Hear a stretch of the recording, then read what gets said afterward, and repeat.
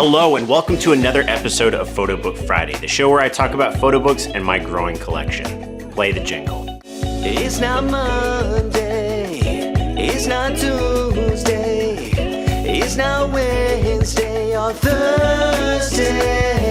It's Photo Book Friday, it's Photo Book Friday, it's Photo Book Friday. Guess what, guys? I finally have an update on the expired Fujifilm that I talked about in a previous episode. I'm really excited to share that work with you. Here it is right now.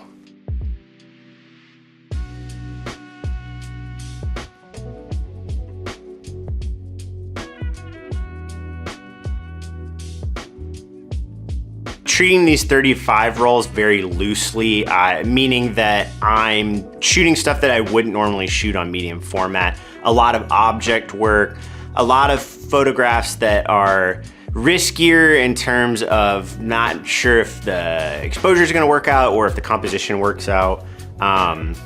You can see photos like this one here where I was really just attracted to the object. It's something that I would have been like, I don't know if I would have taken that with a medium format. Or this photo where the exposure on this person was less than ideal. But I'm so glad that I've been in this loose mindset with 35, and especially with this film, it's been really exciting. Another thing that's been energizing me is that it just reminded me of how awesome it was to shoot with Fujifilm back in the day. The tonal qualities that you get with Fujifilm are really, really unique. Again, I love Kodak, I love shooting portrait and gold, but there's really something about Fuji. It gives you a sense of 90s, early 2000s nostalgia.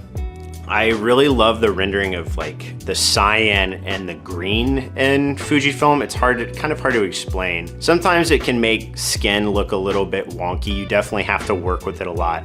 In post, I'm very keen on using selective colors when I'm editing in Photoshop. I'm really excited to be shooting on this film. I have a few rolls left of this Fujifilm and I'm just going all in on shooting it. I'm loving it right now. I've been shooting a lot in Times Square lately and it got me inspired to talk about a book that was in my collection that I recently picked up, and that book is The 40 Deuce by Bill Butterworth. I was able to pick up a used copy of this book in Chicago last summer. This is a book that's been on my radar for many years. I first saw a lot of these photos on the internet when they were first published in 2012. Seeing this work early on in my photographic journey, I got to see a raw and documentary style of photography that I had not seen before. Now, this is a more unique book considering it was not directly curated or put out by the photographer. Again, it's like last week's where it's curated book where it's a retrospective of someone's work. It seems like at the time Bill gave approval to the book and signed off on it. At that point, Bill was older and I think that he wanted to just finally show off his work. I'll be honest with you, I found very little information on Bill Butterworth. From what I could gather, the authors of this book were friends of Bill or at some point connected to him and were the ones who encouraged him to put out this work. It seems like Bill was either a hobbyist photographer or someone who wanted to be more anonymous. This book features photos from Times Square of the 70s and 80s. During that time, New York was facing a financial downturn. Although some of the most creative work came out of the 70s and 80s New York, it was definitely a time of high crime, high violence. New York was definitely a rougher place to live, and that is definitely reflected in this book. The Times Square of 2025 is not the place that you would know in the 70s and 80s. Times Square quickly became the red light district of New York City, where you would find peep shows, adult film movie theaters, and brothels. One thing I really enjoy about this work is it does not have a judgmental eye on the people who inhabited Times Square at this time. I feel like Bill was documenting this for its historical value. New York was definitely a culturally vibrant place in the 70s and 80s. I feel like every photo in this book tells a whole story. To me, the direct-to-camera photos feel like an editorial choice. Like it's a photo that you would see in the New York Times or in a magazine or publication, but seeing these photos, I feel like these people were either friends with Bill or he gained a rapport with him. They seem to have a comfortability with him that almost it's like a friend taking a snapshot of you. I think it's really cool to see the level of compassion that Bill has for a lot of these people, that while they may be on the fringes of society, the photos never give a sense of that. There's a sense of pride and dignity in a lot of these photos.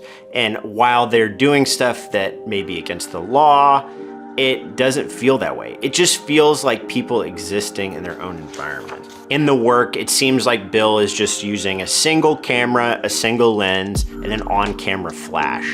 At the time, this on-camera flash style was considered gritty or not up to standard. The on-camera flash leans into the gritty atmosphere of these photos. Looking at them right now, I think that they would blend in very well to today's current photographic styles. Seeing this work is definitely a time capsule to New York that no longer exists. I feel like myself and others are very grateful that this time was captured. It is a very unique time in New York history. I think like a lot of photographers, I'm very drawn to Times Square. There's some type of magnetism to it where you have people coming from Broadway theaters, you have tourists visiting it for the first time, protesters, you have people trying to make a scene or trying to make a name for themselves. This is our one chance at fame. Every day, there's something different happening in Times Square. It seems like a very chaotic place. That's why I feel like a lot of people who come to New York for the first time go to Times Square and they go, oh my gosh, this is insanity. That being said, Times Square is not the rest of New York. Times Square began to shift in the early 90s and in the 2000s with mayors like Bill de Blasio and Rudy Giuliani. There was a concerted effort to clean up Times Square and to make it more palatable for tourists. I think the inspiration that can be drawn from this work is that sometimes we focus so much on the polished aesthetic of photography and lose out on the documentary and rawness that photography can have. Looking through this work, it reminded me a lot of other things.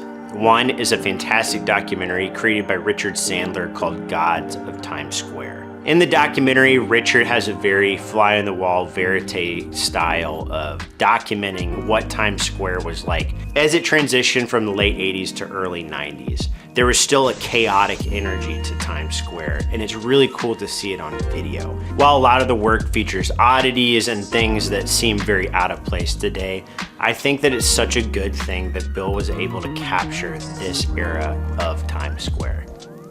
I'll leave a link down below where you can purchase your own copy of this book. Well, that does it for another episode of Photo Book Friday. Cheers.